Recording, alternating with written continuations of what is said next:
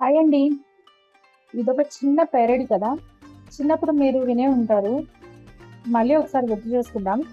ఒక ఊరిలో చింతకాయల చిన్నోడున్నాడు. వాడు ఈతకాయంత ఇంటిలో కాపురం ఉంటున్నాడు.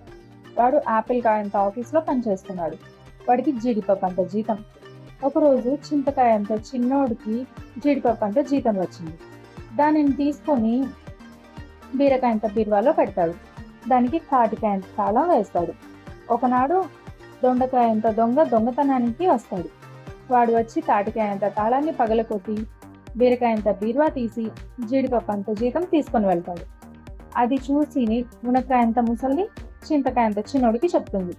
వాడు పొట్లకాయంత పోలీసుకి చెప్తాడు.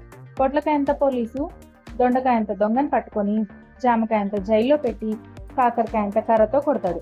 వాడు నేరేడుకాయంత నెట్టూరు కప్పి గుటుక్కుని చేస్తాడు. ఎలా ఉంది ఈ స్టోరీ? చిన్నప్పుడు మీరు చాలా వినే ఉంటారు ఇలాంటి పెరడి స్టోరీసే కాదండి, రీమిక్స్ చేసిన సాంగ్స్ కూడా చిన్నప్పుడు మనం పాడుకునే ఉంటాము.